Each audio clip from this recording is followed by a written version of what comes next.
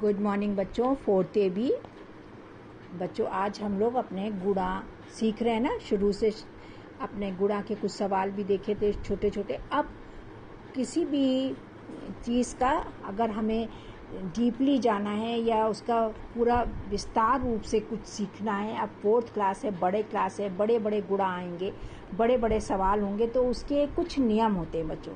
तो यहाँ पे देखो, तुम दिख रहा होगा ना, हमने यहाँ लिखा है गुणा के गुण धर्म, मतलब गुणा के कुछ नियम। इसको हम लिख सकते हैं गुणा के नियम।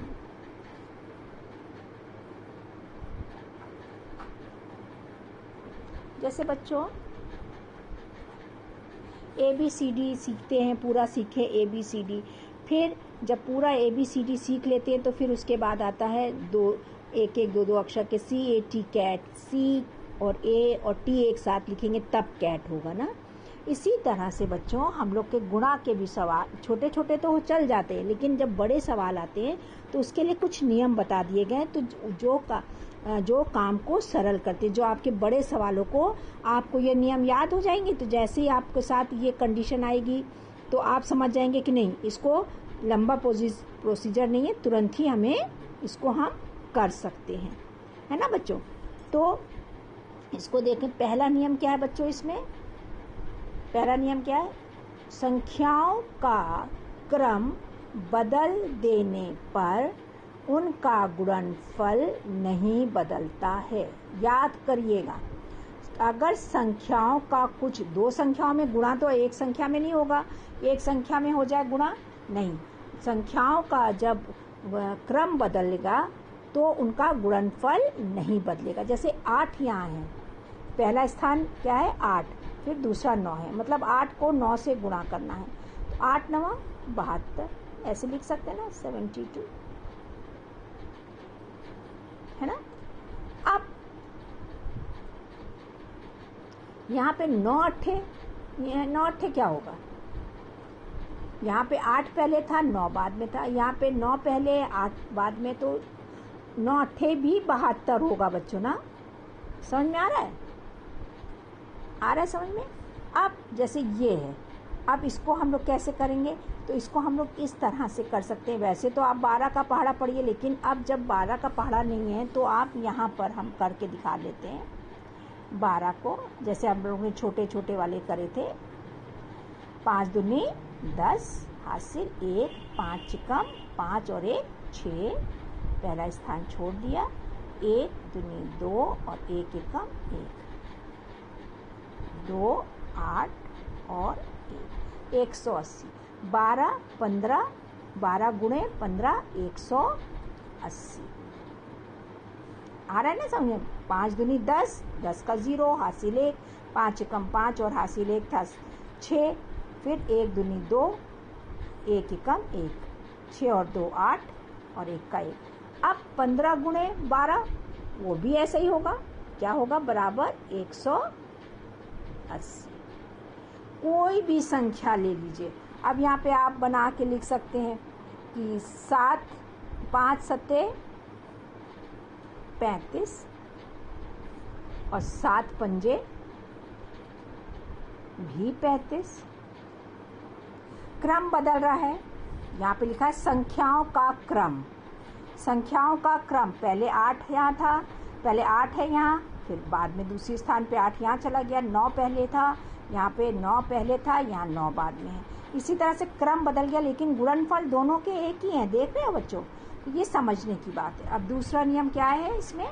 दूसरा नियम यह है, किसी भी संख्या और 1 का गुणनफल, किसी भी संख्या को 1 से गुणनफल करेंगे तो सदैव वह संख्या ही होगी। जैसे 5 एकम 5, हमेशा कोई भी संख्या से 1 से गुणा करेंगे तो वही संख्या आएगी जिससे गुणा कर रहे हैं। 32 गुणा 1 32। आ रहा है समझ में? 1 को गुणा करें 78 से 78, 1 को गुणा करें 132 से तो बराबर 132। समझ में आ रहा है बच्चों अच्छी तरह से? आप ये तुम्हारे क्लास में ये आप दीक्षा ऐप में देख लीजिएगा, आपकी बुक के सवाल हैं, बुक में ऐसे ही लिखा है और इसको बहुत ध्यान से आप देख के अपनी बुक से टैली करके और अच्छे से लिखिएगा। 68 इंटू 1 68, 95 इंटू 1 95, 520 गुणा 20 1 520। आगे बच्चों, पहला नियम, संख्याओं का क्रम बदलते हैं तो संख्या क्या गुणनफल नहीं बदलता। दूसरा, किसी भी संख्या को 1 से गुणा करेंगे तो वो वही संख्या आएगी। अब तीसरा नियम क्या है? किसी संख्या और शून्य का गुणनफल सदैव शून्य होता है। ये याद करने की बात है बच्चों, ये नियम याद करने हैं, आपको याद करना, रटना है। शून्य को 4 से गुणा किया, शून्य। 164 को शून्य से गुणा किया, शून्य। 7 को शून्य से गुणा किया, शून्य।